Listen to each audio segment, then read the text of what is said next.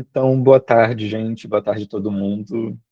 Meu nome é Jonathan, eu sou psicólogo, sou terapeuta sexual, sou especialista em sexologia clínica e a minha atuação hoje é voltada principalmente para pessoas LGBT, saúde íntima e relacionamentos não monogâmicos. Eu tô com a Startup PPC desde o comecinho, desde quando tudo era mato ainda. Não tinha nem esse nome de startup, era só um grupinho ali. E aí a Giovana me convidou para fazer parte, para começar a dar palestras. E eu comecei pela equipe de palestras, né?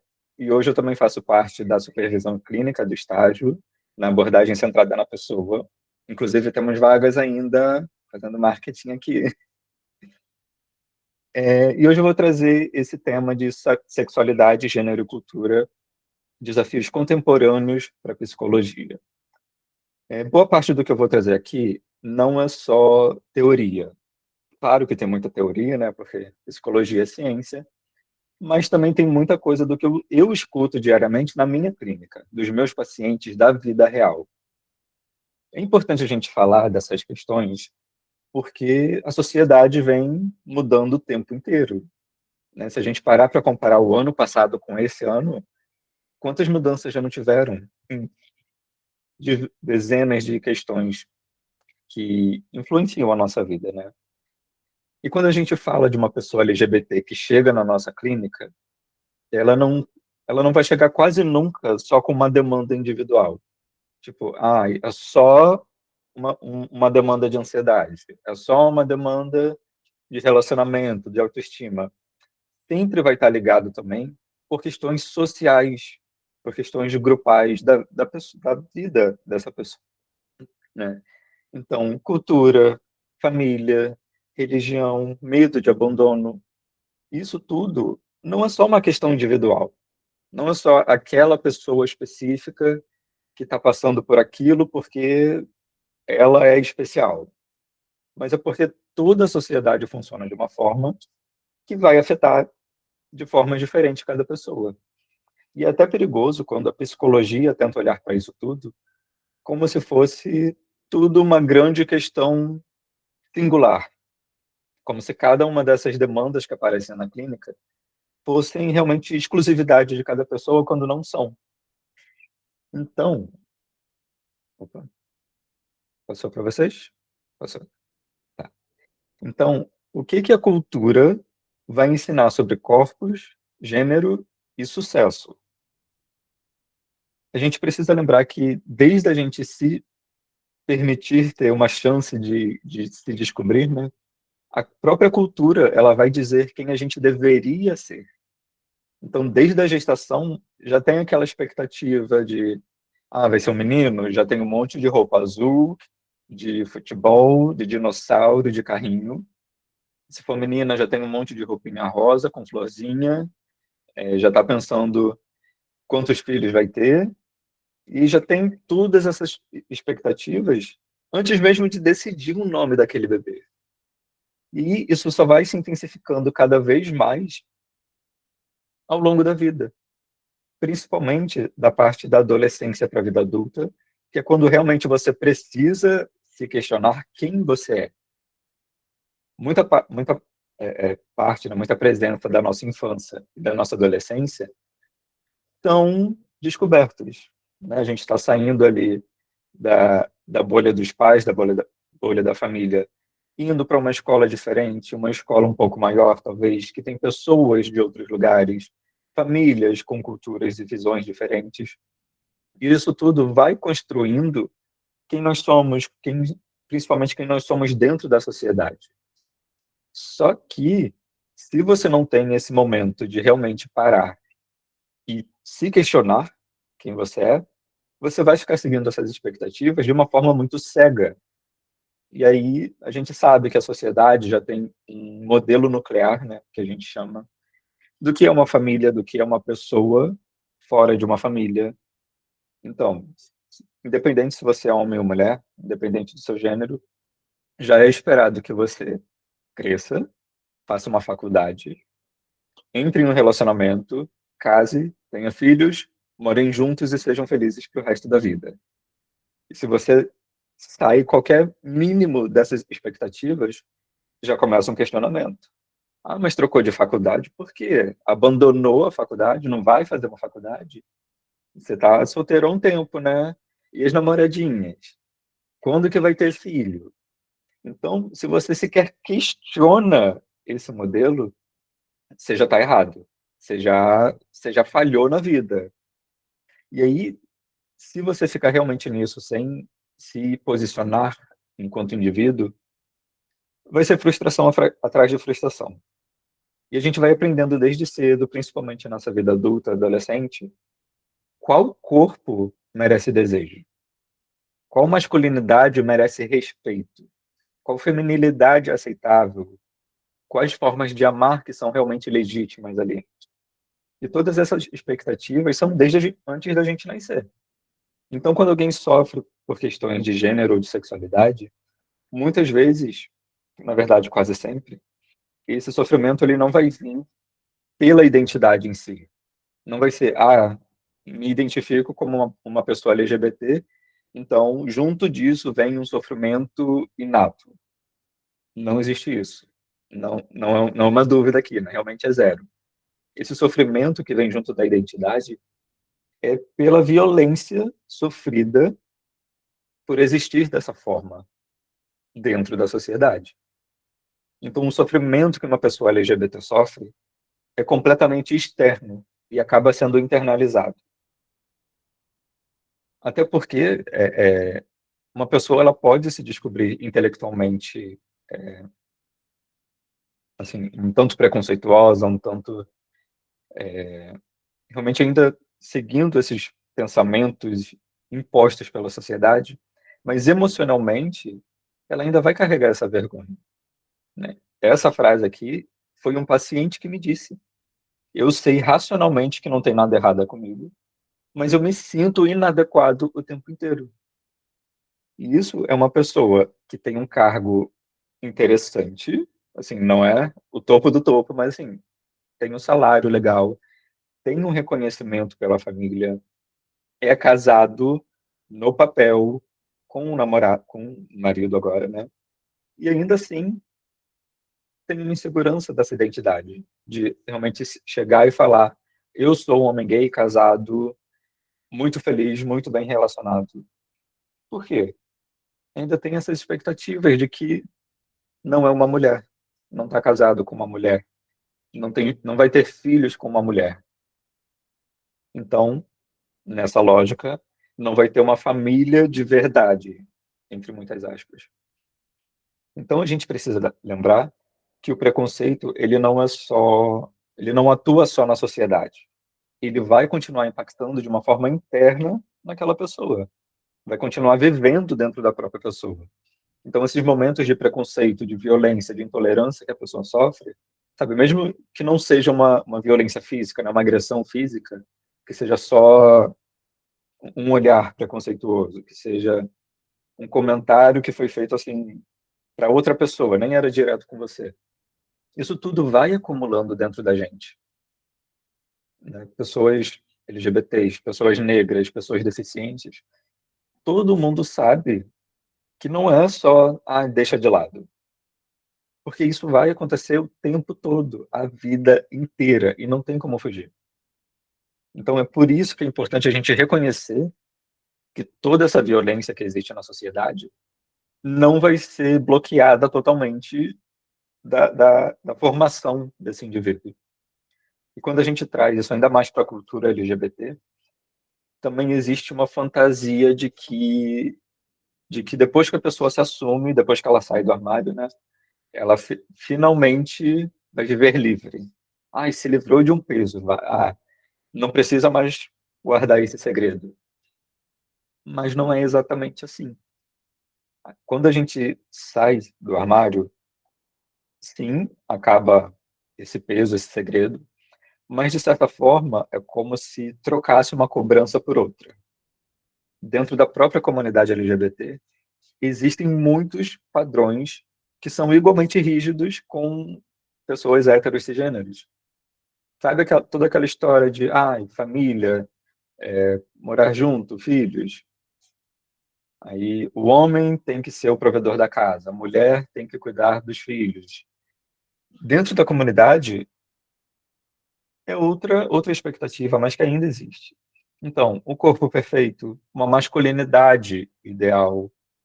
Então, por exemplo, quando é um homem e uma mulher num relacionamento, esse homem é esperado que seja masculino, que seja musculoso, que seja de certa forma, né, dominador, né, que seja a pessoa que está ali vai pagar a conta, que vai ajudar na reforma da casa, por exemplo. Tem que ser dotado. Então, quando é um relacionamento entre um homem e uma mulher, essa comparação desse homem vai ser com outros homens, mas que homens da sociedade, homens aleatórios que estão por aí, sabe? Então, mas quando são dois homens nesse relacionamento, acaba que inconsciente tem uma comparação direta com a pessoa que você ama, que você se relaciona. E aí é outro nível de angústia, de sofrimento, que muitas vezes nem é percebido, nem chega à consciência. Então, também esperado que tenha uma vida sexual intensa, porque todo aquele estereótipo, né? É LGBT, então é pervertido, é imoral, é pecaminoso. Mas também é livre de amarras, então normal dá para todo mundo, né? Pegar todo mundo. Então tem essa expectativa também de ser muito sexualmente ativo. O relacionamento dos sonhos. Um relacionamento LGBT já é uma coisa assim que foge dessas expectativas, desse padrão de relacionamento hétero. Então, tem uma certa pressão de ser um relacionamento perfeito, porque qualquer briga, qualquer discussão, qualquer desentendimento já pode ser uma certa forma uma margem, né, um argumento para mostrar, para comprovar que um relacionamento entre pessoas do mesmo gênero não dá certo, não funciona, não é válido. Porque, olha ali, estão brigando, porque são dois homens. São duas mulheres, muito sentimentais, né? Muito emotivas. Então, óbvio que não daria certo. Não tem o homem na relação, não tem a mulher da relação, então está desequilibrado. Então, acaba que qualquer discussão natural de um relacionamento já pode virar esse argumento extra para deslegitimizar esse relacionamento. E junto disso também vem esperado uma felicidade constante. Não está no armário, então não tenho que se preocupar. Né? O que pode estar dando de errado aí para você? Está em um relacionamento, está na faculdade, tem um trabalho, tem uma casa? Tá triste por quê? Não é como se você tivesse toda uma sociedade que é contra a sua existência. Né? Imagina que bobeira é isso.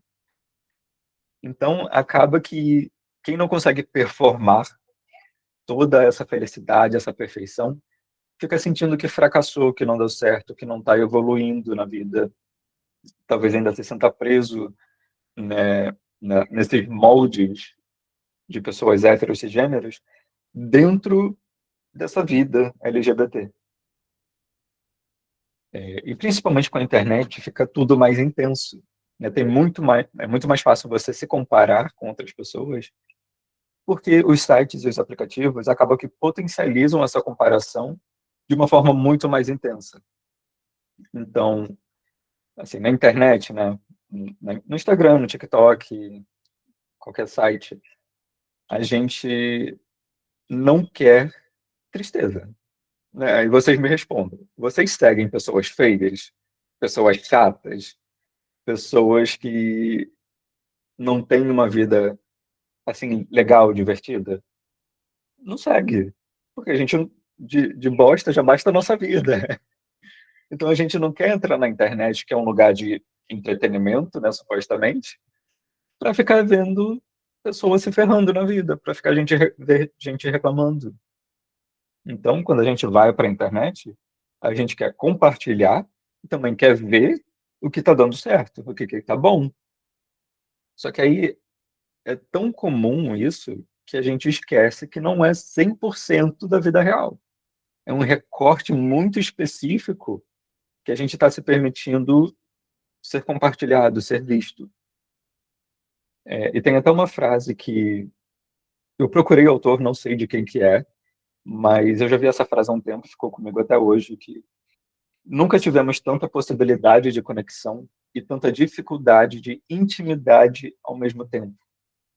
Então, a gente tem Instagram, TikTok, YouTube, Blue Sky, Threads, Tinder, Grindr, Hornet, Bumble, 1 milhão de aplicativos com milhões de outras pessoas que a gente pode se conectar, que a gente pode dar match e ter hobbies muito parecidos. Mas aí não tem. Não tem. Fica lá só a fotinha de perfil, alguns posts legais que a gente dá like. E é isso, sabe? Não tem mais aquela coisa de mandar uma mensagem para virar amiguinho, né? Na escola tinha muito isso, né? Só chegar, oi, quer ser meu amigo? Quero. Então tá bom, somos best friends agora. E leva essa amizade pro ensino médio, até para depois da escola, talvez. Só que hoje em dia não tem mais isso, porque é muito fácil ter provas para te humilhar depois. Você não pode mais chegar na DM de alguém aleatório e falar, oi, vamos ser amigos. Porque tem muita chance de você virar um meme depois. Em alguns minutos, você pode viralizar sendo uma piada. Mas também, além disso, o medo de conexão. Você se permitir ser vulnerável depois de você já no passado ter sido vulnerável e aconteceu alguma coisa aí. E você ter sido humilhado, ter sido inferiorizado, ter sido invalidado, talvez, quebrado a sua confiança. Mas aí, como que leva isso pro resto da vida? Não dá. Não dá pra gente ficar fechado com barreiras o tempo todo pro resto da vida. Porque a gente precisa conviver em sociedade, querendo ou não. Mas isso com a internet, principalmente pessoas LGBTs, realmente é muito real. Porque se você não consegue conectar com pessoas na vida real, principalmente pessoas LGBT, que às vezes são mais difíceis de identificar, de realmente ter essa abertura, e você não conecta com pessoas na internet, onde você está encontrando pessoas iguais a você, com os mesmos gostos, os mesmos valores, a mesma forma de ver a vida? Você vai ficar se isolando, talvez só admirando, né, essas pessoas, esses perfis na internet. Mas e aí? Então, esse é um dos desafios que a gente encontra na clínica, de conseguir realmente fazer essa junção de se permitir ser vulnerável, mas também ir para a vida real. E isso às vezes é um bloqueio gigante, porque, enfim, né, contextos, muitas experiências negativas. E quando a gente fala de desafios contemporâneos para a psicologia, eu acredito que a não monogamia é um tema que merece um espaço. Não só puxando o meu peixe, né, de relacionamentos não monogâmicos, mas também porque tem sido muito mais comum esses debates, né? De nenhuma forma a não monogamia é algo novo na sociedade, mas até porque relações não monogâmicas existem muito tempo, né? Às vezes a gente conhece até com outros nomes, outros termos, mas também porque existem pesquisas mostrando que é muito mais comum relacionamentos não monogâmicos entre pessoas LGBT. Ah, Jonathan, mas quer dizer que todas as pessoas LGBT são não monogâmicas? Não, não, de nenhuma forma. Inclusive, muita parte da comunidade é monogâmica e tá tudo bem, sabe? Tem espaço para todo mundo. Só que durante muito tempo, a monogamia foi apresentada como a única forma válida, né, a única forma legítima de construir uma vida amorosa. Só que pessoas LGBT cresceram sendo excluídas ao mesmo tempo que foram empurradas nesse modelo. Meio contraditório, né? Você espera que uma pessoa LGBT siga esse padrão monogâmico de encontrar um parceiro e se relacionar com ele para o resto da vida, ao mesmo tempo que é falado que essa pessoa é perversa, né? Que essa pessoa é rodada, vamos dizer assim. E aí acaba que fica, ué, o que está acontecendo? Você quer que eu siga um caminho, ao mesmo tempo que você está falando que eu não sigo esse caminho, mas eu não posso seguir esse caminho porque tem vários vieses aí que me proíbem de seguir esse caminho. E aí, o que você quer de mim? Então, a gente precisa questionar realmente o que faz sentido aí.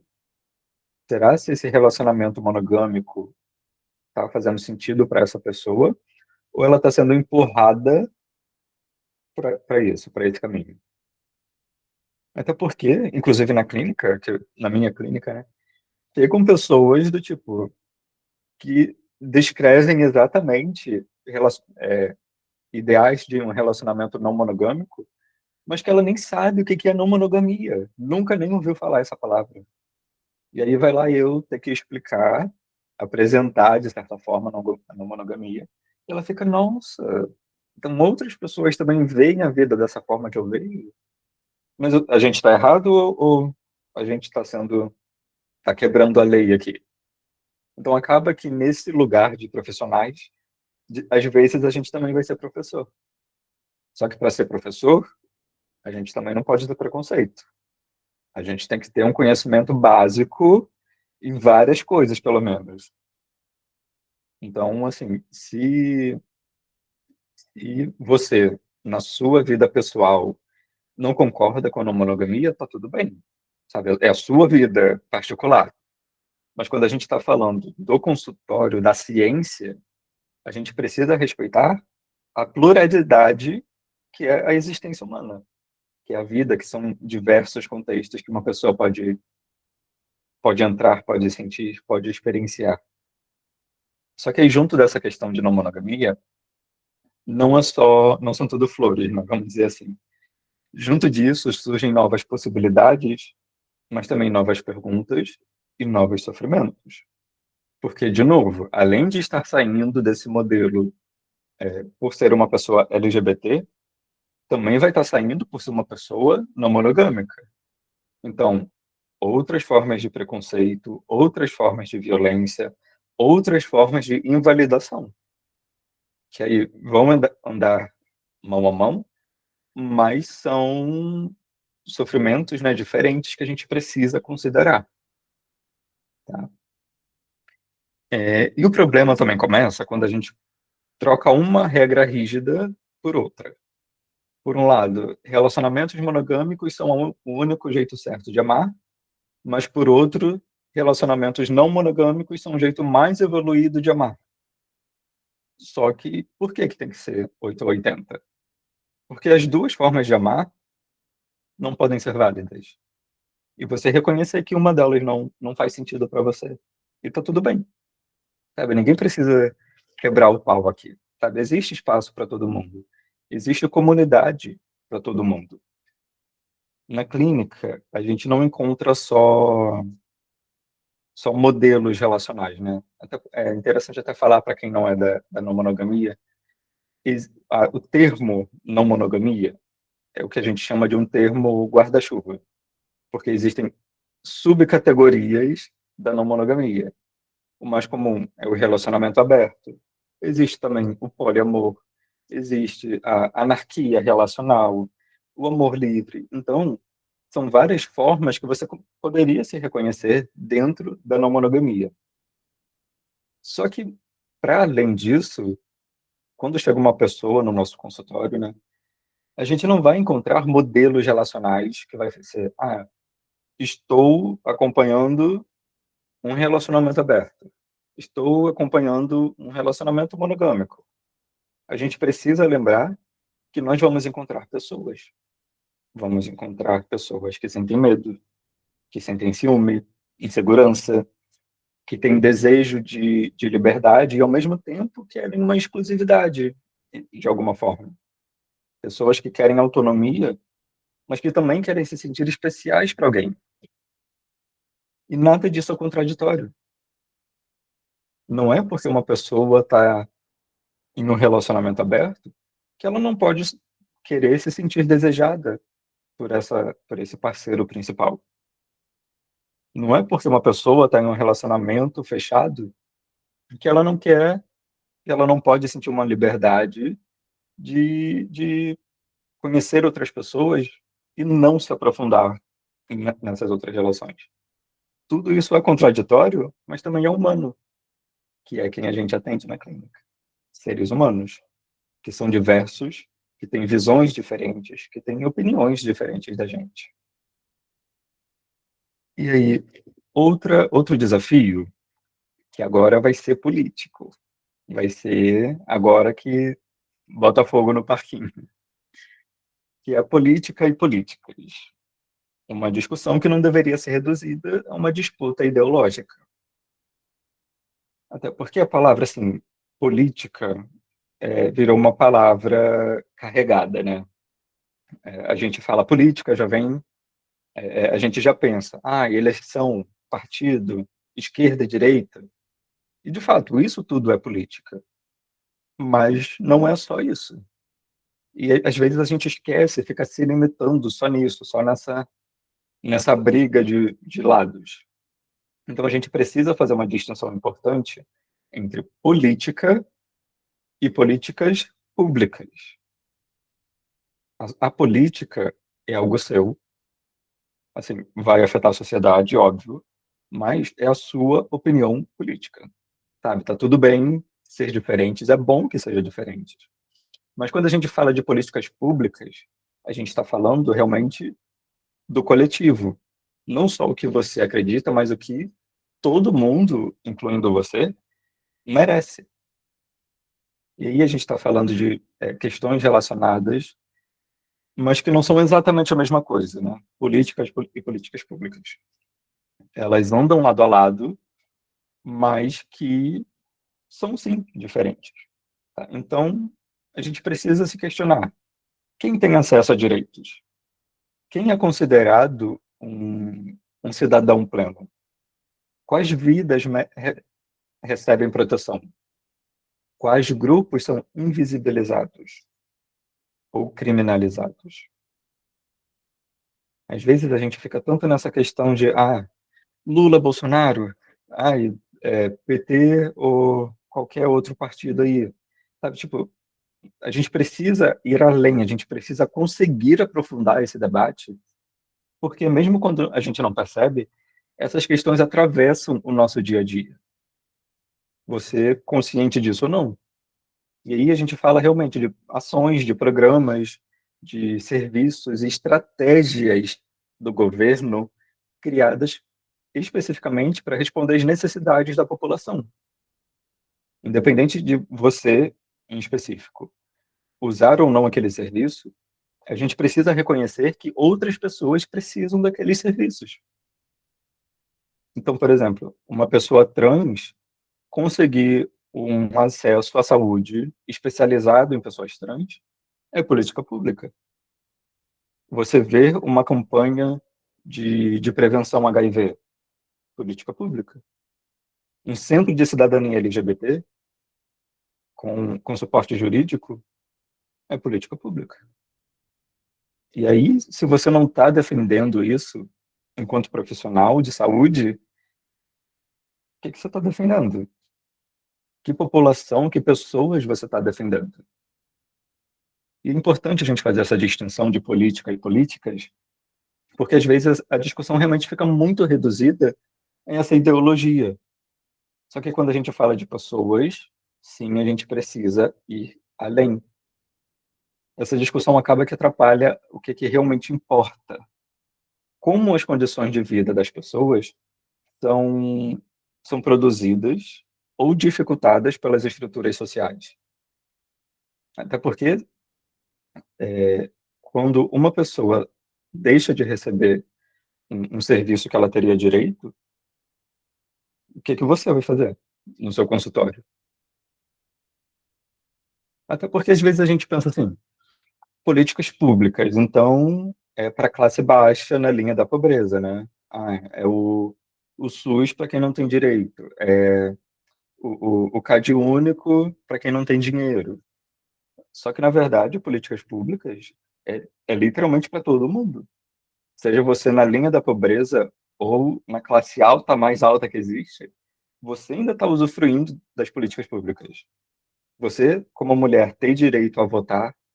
Você, como pessoa negra, tem direito a reconhecer o racismo como crime. Você, como pessoa LGBT, que tem direito a se casar. Políticas públicas. Sabe, às vezes a gente não percebe isso, porque realmente é tão normalizado, né? Então, a gente usufrui tanto que a gente esquece que são lutas que a gente precisa ter. E aí, levando isso para a clínica, se a gente olha só para o sintoma, a gente corre esse risco de individualizar um sofrimento que é social, que ele vem realmente da sociedade. Então, uma pessoa LGBT por ter ansiedade de sofrer violência na rua, não é um sofrimento individual daquela pessoa em específico. Isso é algo da comunidade LGBT. Porque existe realmente esse risco dela sofrer uma violência em público. E aí você vai falar, vai tratar essa ansiedade como se fosse só ali uma insegurança daquela pessoa. Mas aí todas as políticas públicas de proteção LGBT, de proteção pública, e a população LGBT conhece bem essa diferença de política e políticas. Porque durante décadas, muitos sofrimentos foram interpretados como problemas individuais.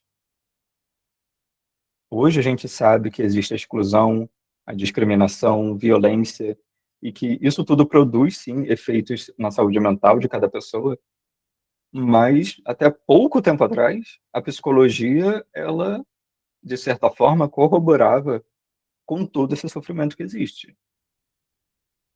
Menos de 100 anos atrás, que mudou isso. Pouquíssimos anos atrás, na verdade. Hoje, eu sempre falo isso e eu continuo repetindo, a gente tem muita sorte de ter um conselho de classe que abertamente defende direitos LGBTs e de diversidade no geral. Mas nada disso vai adiantar se nós, enquanto profissionais, também não fazemos o nosso papel. Nós temos um lugar político. E é por isso que quando a psicologia fala de direitos humanos, inclusão, acesso a serviços, ela não está abandonando a função clínica. Ela está reconhecendo que seres humanos vivem em contextos completamente diferentes um do outro, mas que precisam de cuidados da mesma forma. Então, eu digo, a psicologia é social. Toda psicologia é social. Independente da área que você atua, dos pacientes que você recebe, a psicologia, ela não é neutra. Não existe neutralidade na psicologia. Porque a gente precisa lembrar que o nosso código de ética, ele é baseado nos direitos humanos. E os direitos humanos são baseados na sociedade, no bem da sociedade. Então, se você parte desse princípio de psicologia neutra, você está fugindo disso. Você não está em cima do muro, você não está defendendo quem precisa ser defendido. Você não está usando o seu lugar realmente de profissional, cientista, em prol da sociedade. Assim, não me desculpe, mas eu falo mesmo na cara. Sabe, a gente precisa reconhecer que a psicologia, sim, é política. Indo além da esquerda à direita, a psicologia é política, porque nós estamos ali para a sociedade.